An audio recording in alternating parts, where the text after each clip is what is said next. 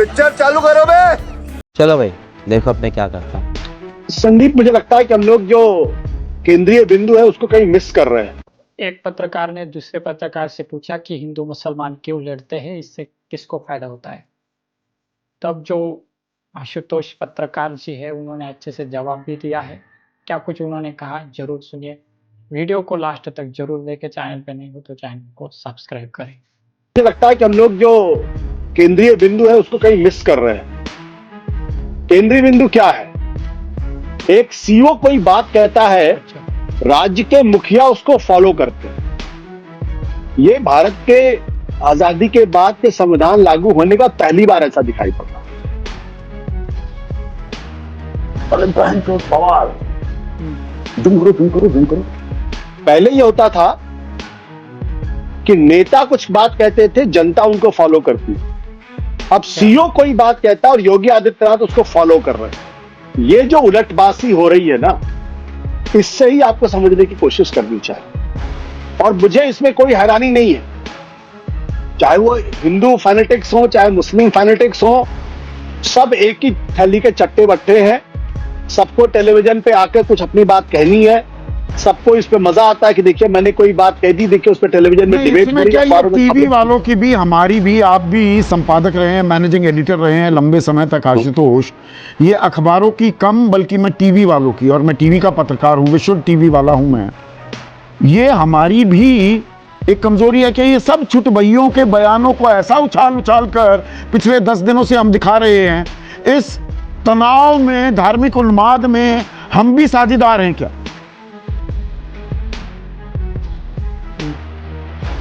अभी मजा आएगा ना भिड़ो। चलिए शुरू करते हैं। कोई शक नहीं। साझेदार तो है, इसमें कोई दो राय नहीं। आप थोड़ा सभ्य भाषा में अपनी बातों को कर रहे हैं। हकीकत तो यह है कि आज टेलीविजन चैनल्स को न्यूज चैनल कहने पर शर्म आनी चाहिए।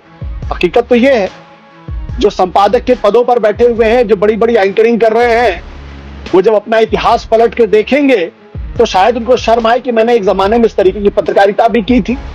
धार्मिक उन्माद को बढ़ाना, एक धर्म विषय के खिलाफ नफरत पैदा करना, इसकी तो फैक्ट्री खुली हुई टीवी चैनल्स के अंदर। अरे देवा, ये गड़बड़ है बाबा। सही बोला। वही बातें सुबह से शाम तक हो रही है, उसमें कौन सी नई बात? कोई नई बात नहीं। लेकिन जो असल पॉइंट है, असल बिंदु क्या है कि इन सब चीजों को मेरा तो मानना यह कि इसको खूब खुलकर दिखाना चाहिए, खूब जम के दिखाना चाहिए, ताकि एक वक्त आए जब हम आईने में अपना चेहरा देखें तो हमें शर्म आए कि हमने बदरंग चेहरा होगा। रंगों के त्योहार को हमने कितना बदरंग कर दिया। हाँ, हमें एक नागरिक होने के नाते ये शर्म आएगी। आज नहीं आएगी, कुछ समय के बाद आएगी, मुझे इसमें पूरा यकीन है।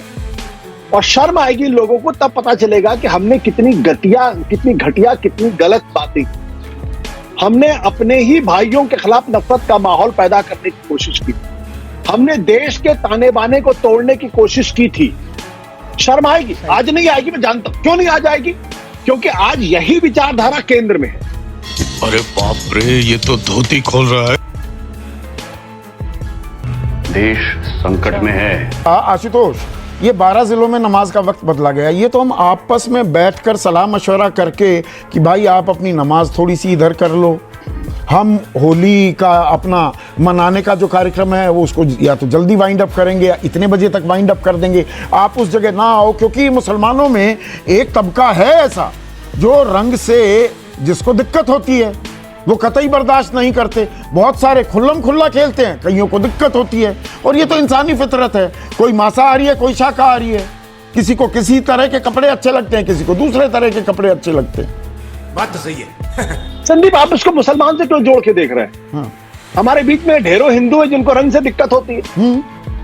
हमारे बहुत सारे दोस्त हैं जो घरों में छुपे रहते, नहीं रंग लगवाते, और अगर आप उनको लगा दीजिए तो वो गालियां बकते। तो इसको हिंदू मुसलमान के नक्शे से क्यों देखते भाई? मैं जो बात कहना चाहता हूं कि चलिए, मुसलमानों ने तो अपना वक्त, नमाज का वक्त बदल दिया।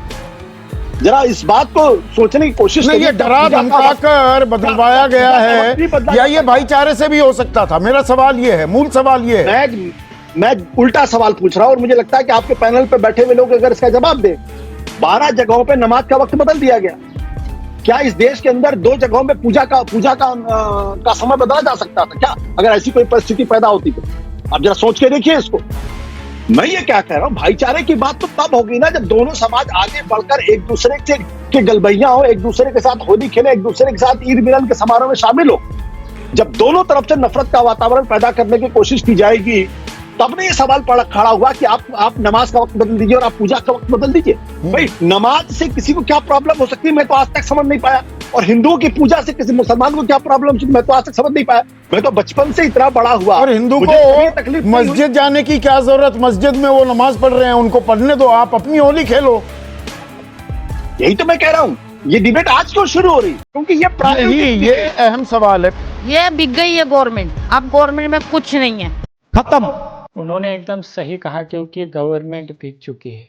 कई सारे राजनीतिक दल ऐसे हैं जो कि हिंदू मुसलमानों के बीच झगड़ा पैदा करके अपना वोट बैंक मजबूत करना चाहते हैं।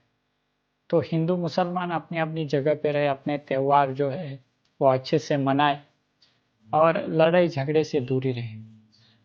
अब ये जो डिबेट थी आपको कैसी लगी ज़रूर बताना, कमेंट करना, लाइक करना, शेयर करना और अपने सुझाव, अपनी राय जरूर देना। हिंदू मुसलमानों को कैसा रहना चाहिए, हिंदू मुसलमानों के बीच दंगे कौन पैदा करते हैं, जरूर इन प्रश्नों के उत्तर दें। फिलहाल डिबेट में इतना ही, मिलते हैं अगले डिबेट में। तब तक के लिए जय हिंद, जय भारत।